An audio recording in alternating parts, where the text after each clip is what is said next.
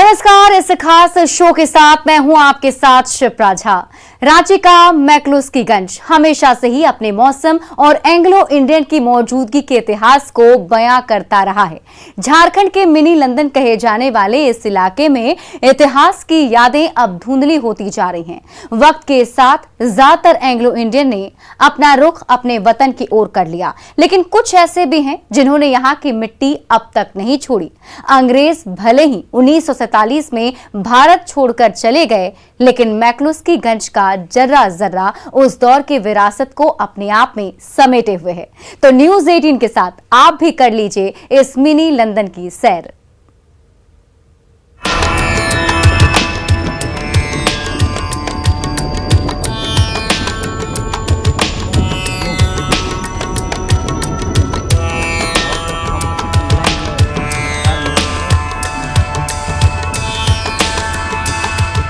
हरे भरे जंगलों और खूबसूरत पहाड़ियों के बीच बसा मैक्लुस्कीगंज औपनिवेशिक दौर का साक्षी रहा वो जगह जहां कभी एंग्लो इंडियन आबादी के घर हुआ करते थे। झारखंड की राजधानी रांची से करीब 60 किलोमीटर की दूरी पर स्थित मैक्लुस्कीगंज को दुनिया मिनी लंदन के नाम से जानती है। छोटे से इलाके में बसा ये शहर समृद्ध इतिहास को अपने में समेटे हुए है। प्रकृति की गोद में बसे घनघोर जंगल और अनूठे मौसम की वजह से 1932 से 33 के बीच अंग्रेजों ने बसने के इरादे से इस इलाके को चुना। उस समय रातू महाराज से कोलोनाइजेशन सोसाइटी की ओर से 10,000 एकड़ जमीन खरीदी गई थी, जिस पर इंग्लैंड, ऑस्ट्रेलिया और कनाडा से पहुंचे विदेशी रेल कर्मियों को बसाया गया था। ब्रिटिश अफसर E.T. मैक्लुस्की की बसाई इस दुनिया में पहले से ही लपरा रेलवे स्टेशन था। रेल लाइन के पहले से जुड़े होने और फिर उनका विस्तार करने के लिहाज से अंग्रेजों ने अपने उपनिवेशों से लाए लोगों को यहां बसाना शुरू किया।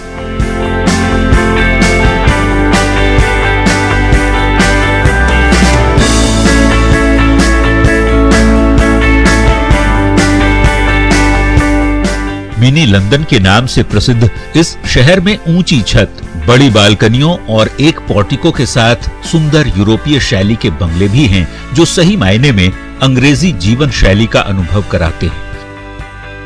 शहर के चारों ओर बिखरे हुए चर्च भी आकर्षण के केंद्र हैं। हालांकि अधिकांश परिवार द्वितीय विश्व युद्ध के बाद तब देश छोड़कर चले गए, लेकिन कुछ एंग्लो इंडियंस अभी भी शहर को अपना घर मानते हैं।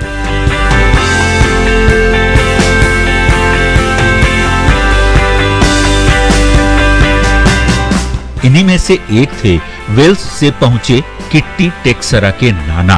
किट्टी के पिता ब्रिटिश आर्मी में थे और मैक्लुस्कीगंज के पास ही पोस्टेड थे। 1947 में देश आजाद हुआ, जिसके बाद अंग्रेजों ने सभी एंग्लो इंडियंस को अपने अपने देश लौटने का विकल्प दे दिया। उस समय जिनके पास पैसे थे वे अपने देश लौट गए, लेकिन 1950 में जन्मी किट्टी का परिवार बेहद गरीब था, सो उन्होंने इसी मैक्लुस्कीगंज की धरती पर ही बसना स्वीकार किया। पढ़ाई पूरी नहीं कर पाने वाली किट्टी ने 9 साल की उम्र से ही यानी 1959 से फल बेचने का काम शुरू किया। भारत की मिट्टी में रची बसी किट्टी अब यहीं की बोली और जुबान जानती और बेहतर समझती भी है। दौर गुलामी का था, सत्ता अंग्रेजों की थी और वक्त 1932 से 33 का था। उस समय अंग्रेजों ने जब मैक्लुस्कीगंज में बसना स्वीकार किया, तब रातू के महाराजा से कोलोनाइजेशन सोसाइटी के नाम से 10,000 एकड़ जमीन की रजिस्ट्री की गई। उसके बाद जो भी एंग्लो इंडियन यहाँ बसे, सभी की जमीन रजिस्ट्री की गई और लोगों को यहाँ बसाया गया। आज 200 से 300 जो एंग्लो इंडियन यहाँ बसना स्वीकार किया, उनमें से मात्र 10-12 परिवार यहाँ बचे हैं। लेकिन जैसे जैसे उम्र होती गई, लोग गुजर गए। लेकिन अभी भी एक परिवार है जो किट्टी आंटी का परिवार है। किट्टी आंटी ने यहाँ बसना स्वीकार किया। हालांकि किट्टी आंटी का जो जन्म हुआ वो आजाद भारत में हुआ, 1950 में हुआ, और यहाँ पर किट्टी आंटी लगातार अपने पूरे परिवार के साथ रहती हैं। लेकिन आप जब किट्टी आंटी से मिलेंगे तो आप पहचान नहीं पाएंगे कि वास्तव में किट्टी आंटी जो हैं वो हिंदी के साथ कितनी अच्छी अंग्रेजी बोलती हैं। नाना ये नाना के मकान है। अच्छा, आपके नाना का मकान है? हाँ, अच्छा। ये नाना का मकान है। हमारा नाना का बेटा उटा छोटे ही में गुजरा नहीं था, तो एगो बेटी था खाली आपकी माँ? बचल। हाँ, तो अपना दामाद को घर में रख लिया यही सेवा करने के लिए। अच्छा, कभी किटी आंटी का मन नहीं हुआ कि वापस हम किस देश से आए हैं उसके बारे में पता करें और वहाँ जाने की सोचें? हम तो कभी गए नहीं किए हैं कहीं, कलकत्ता तो जेबे नहीं किए, कलकत्ता तो दूर बोलिए, खाली रांची गए हैं। वही जमीन का विवाद हुआ तो वही केस में कोर्ट। आप किटी आंटी की भाषा को सुन रहे होंगे तो आपको लगता होगा किटी आंटी हिंदी, एक हिंदी भाषा होती है उसमें आंचलिक सुगंध आती है। आप जो आपकी जो भाषा आंटी, आप इंग्लिश ही बोलती हैं? Yes, I only go to court to fight the case, road case, land case, all that. Otherwise, going to bring fruits and sell fruits at the station. That was my job.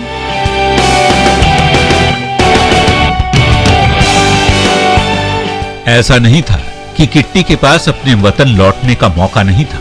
कई अंग्रेज ऐसे थे जो शादी कर kitty को Wales ले जाना चाहते थे, लेकिन किट्टी मैक्लुस्कीगंज में बसी अपनी मां को छोड़कर नहीं जाना चाहती थी।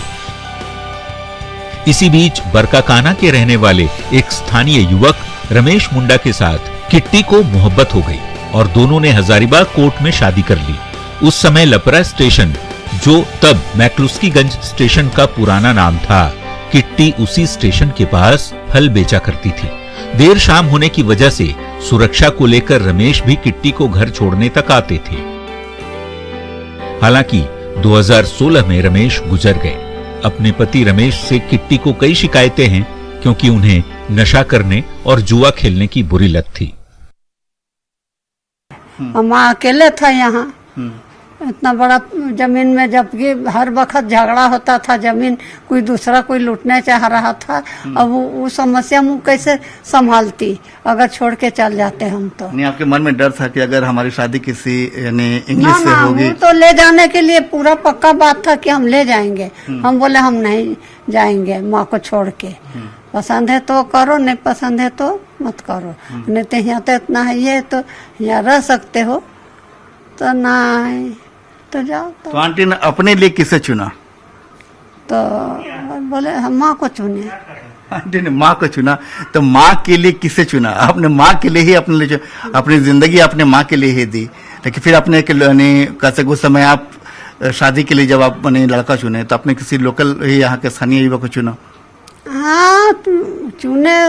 माँ बोला उसको कि रहो, देखो, संभालो, तब जाके कोर्ट मैरिज किया हम लोग। मैक्लुस्कीगंज में आज भी किट्टी के पास 9 एकड़ 10 डिसमिल जमीन है, जिस पर खेतीबाड़ी कर परिवार का गुजर बसर होता है। किट्टी के बच्चे भी हैं। सभी की शादी मैक्लुस्कीगंज के आसपास ही की गई है, क्योंकि अपने पूर्वजों की यादों को छोड़कर इनमें से कोई भी जाने को तैयार नहीं थे। अगर आज कोई आंटी से ये कहे कि चलिए आपको हम इंग्लैंड ले चलते हैं, हैं? नहीं नहीं, अब जब शुरू में नहीं गए तब का जाके करेंगे। कि साफ कहना है किटी आंटी का कि मैक्लुस्कीगंज में ही अब उनकी जड़ें हैं, परिवार इन्हीं जड़ों में फैल चुका है। अब किसी तरीके से इस मिट्टी को छोड़कर नहीं जाना है। अंग्रेज भले ही 1947 में देश छोड़कर चले गए हों, लेकिन मैक्लुस्कीगंज का जर्रा जर्रा उस दौर की विरासत की कहानी बयां करता नजर आता है। रांची के खलारी प्रखंड के इस छोटे से कस्बे को आखिर अंग्रेजों ने क्यों चुना? आखिर वो कौन सी चीजें हैं जो चाहकर भी मैक्लुस्कीगंज को अंग्रेजों से अलग नहीं कर पाती? तो इसकी कई वजहें हैं।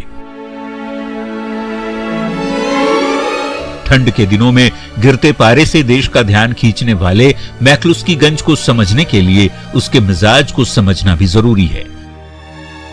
1932-33 में अंग्रेजों ने इस इलाके में रेल कर्मचारियों की कॉलोनी बसाई। उस वक्त के लिहाज से वो तमाम सुविधाएं यहां मुहैया कराई गईं, जिसकी कल्पना आप कर सकते हैं।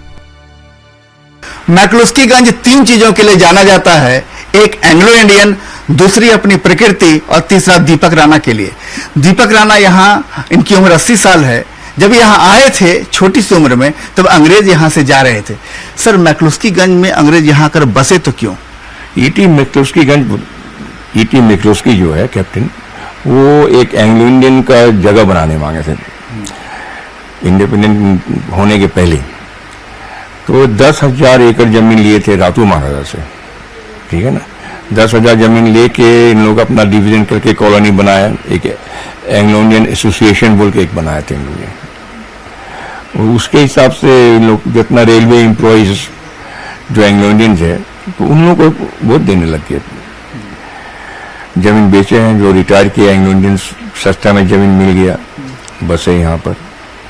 तो शुरुआत में कितने परिवारों को बसाया गया था एंग्लो इंडियन? शुरुआत में 200-300 आए थे, उसके बाद में पूरा फुल फ्लेजेड तो 500 परिवार थे यहाँ पर लगभग। मैक्लुस्कीगंज का रेलवे स्टेशन हो या फिर यहाँ का डाकघर, सभी ब्रिटिश काल की ही देन है, क्योंकि उस समय इंग्लैंड, ऑस्ट्रेलिया और कनाडा मूल के बसे लोगों के पास संवाद का एकमात्र जरिया पत्राचार ही था। एक बुजुर्ग हैं जिनकी यादों में आज भी अंग्रेज के समय कैसे डाकघर में काम होता था वो बतलाएंगे कि सर, जब अंग्रेज थे यहाँ पर तो उस समय कैसे डाकघर में काम होता था। देखिए, हम लोग छोटे छोटे थे, इधर आते थे घूमने के लिए।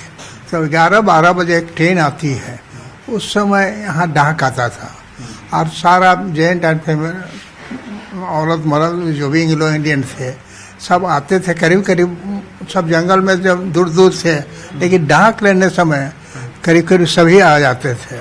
और ऑन क्यू सिस्टम से जी सब एक दूसरे के पीछे जी लग जाते थे विंडो के पास। प्यून वहाँ से बुलाता, मिस्टर गॉर्डन, मिस्टर जैसे फलना ढकना जो भी, तो उसी तरह से वो आते, अपना डिलीवरी लेते, उसके बाद चले जाते। कोई पोस्ट ऑफिस के अंदर कोई नहीं आता था बिना काम का। डाक लेने के बाद सब अपना अपना। वैसे कहा भी जाता है कि मौसम कोई भी हो, मैक्लुस्कीगंज हर महीने सैलानियों को अपनी ओर खींचने में सफल रहता है। यहाँ कई कॉटेज हैं जहाँ सैलानी आकर जंगलों को निहारना पसंद करते हैं। ये पहुंचे लंदन देखने पहुंचे, mini London, watch tower. Watch tower. हाँ, कैसा लगा यहाँ? अच्छा लगा, बहुत अच्छा लगा। अभी आए हैं शुरू बार ही, पहली बार। हाँ, फर्स्ट टाइम। अच्छा, यहाँ जो घूमने के लिए आए तो वास्तव में यानी किसी ने कहा कि मैक्लुस्कीगंज चलना है? बिल्कुल, यहाँ का नेचर, यहाँ का कल्चर, कुछ एंग्लो इंडियंस यहाँ रहते हैं, वो दौर दिखता है कि हाँ, हम लोग एक अच्छी जगह आए हैं और शांति है। शहर में इतना शोर शराबा है, जिसके चलते आदमी इस ओर हम लोग आए हैं और वाकई में बहुत अच्छा लगा। फिलहाल अभी देगा देवी रिवर देखा हम लोग ने, चर्चेस भी देखते हुए आए हैं हम लोग, तो वातावरण यहाँ का बहुत ही अच्छा है। सर, आपने दुनिया देखी, मैक्लुस्कीगंज कैसा लगा? एकदम बहुत अच्छा लगा। ऐसा रांची क्या, हम तो कह रहे हैं कि हम आइजोल भी गए हुए हैं, लेकिन उस सबसे अच्छा लगा ये मैक्लुस्कीगंज। बहुत अच्छा है एकदम। यहाँ आके आदमी लोगों को घूमना चाहिए, यहाँ कम से कम यहाँ का कल्चर पता चले। मैक्लुस्कीगंज में 1947 तक अंग्रेज बड़ी संख्या में रहते थे, लेकिन उसके बाद बंगाली समुदाय के लोगों ने यहाँ संपत्ति खरीदनी शुरू की।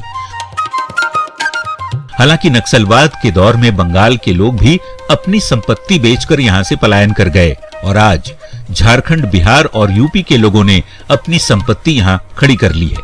संपत्ति में दबदबा नेताओं का ही ज्यादा बताया जाता है, लेकिन संपत्ति के इस अतिक्रमण के बावजूद कुछ यदि नजर आता है तो वो है एंग्लो इंडियन का मैक्लुस्कीगंज, यानी झारखंड का मिनी लंदन। न्यूज़ 18 के लिए रांची के मैक्लुस्कीगंज से संजय कुमार सिन्हा की रिपोर्ट।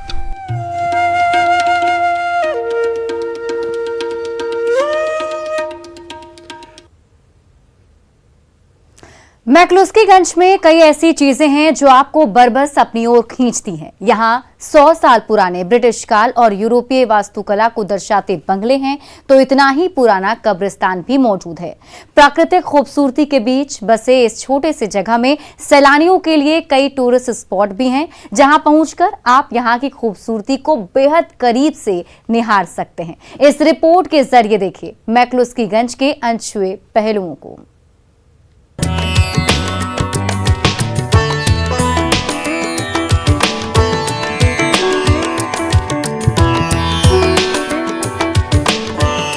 रांची का कांके विधानसभा क्षेत्र, यहाँ के खलारी प्रखंड में ही करीब 15 किलोमीटर के दायरे में बसा है मैक्लुस्कीगंज।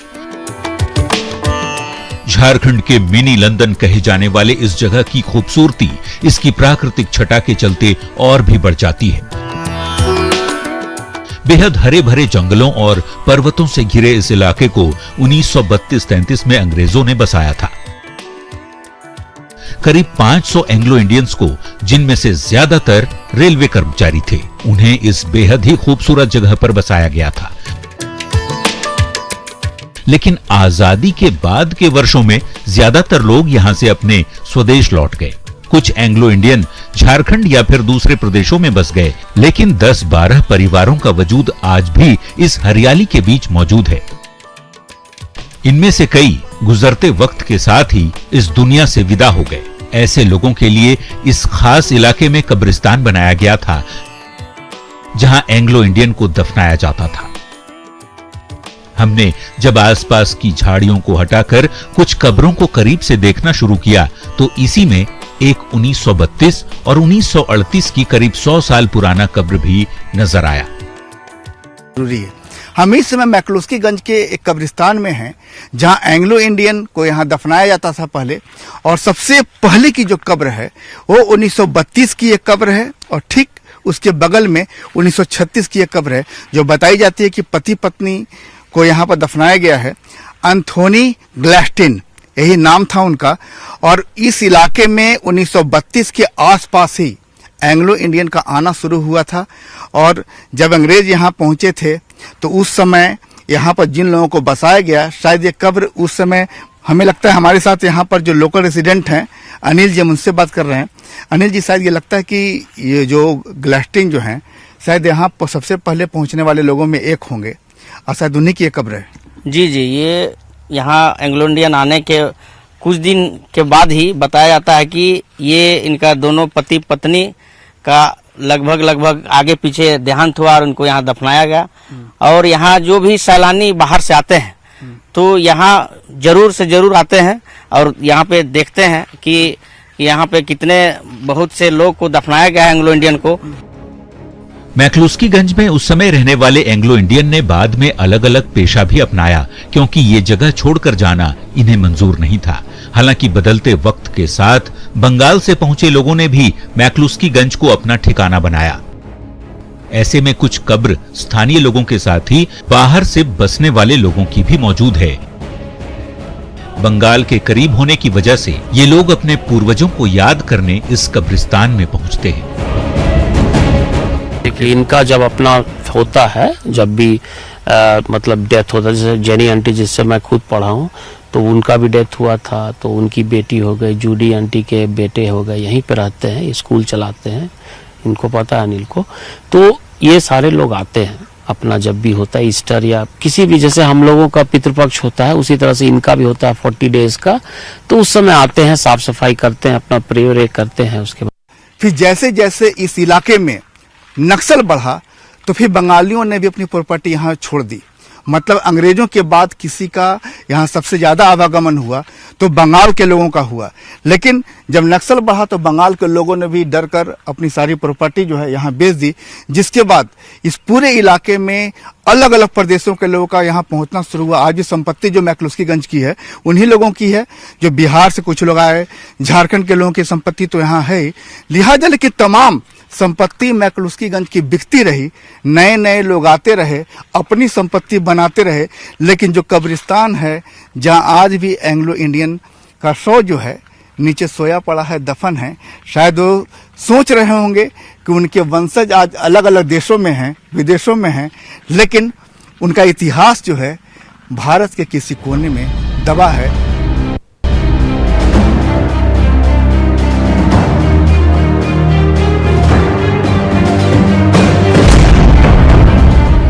कब्रिस्तान से आगे बढ़ते हुए आपको ऐसी जगह भी लिए चलते हैं जहां की खूबसूरती आपको अपनी ओर खींच लेगी। मैक्लुस्कीगंज के डेगा डेगी का ये मनोहारी दृश्य है। कुदरत की गोद में बसे मैक्लुस्कीगंज की एक बड़ी पहचान है अंग्रेजों के बसाए गए एंग्लो परिवार, साथ में उनके बंगले।